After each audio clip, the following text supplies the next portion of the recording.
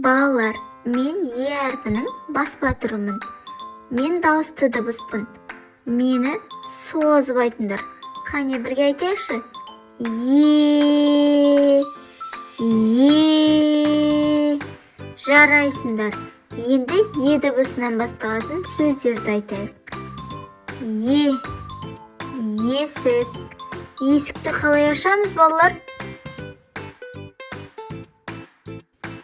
Келесі сөз ет. Етті жақсы көресіңдер ме, балалар? Қолымызды көтерейік. Жарайсыңдар. Есек.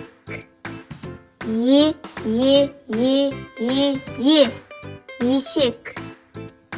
Енді біздер, балалар, Е дыбысының баспа түрін жазамыз. Үлкен және кішкентай Е дыбысын ауаға жазайық. Жарайсыңдар, балалар.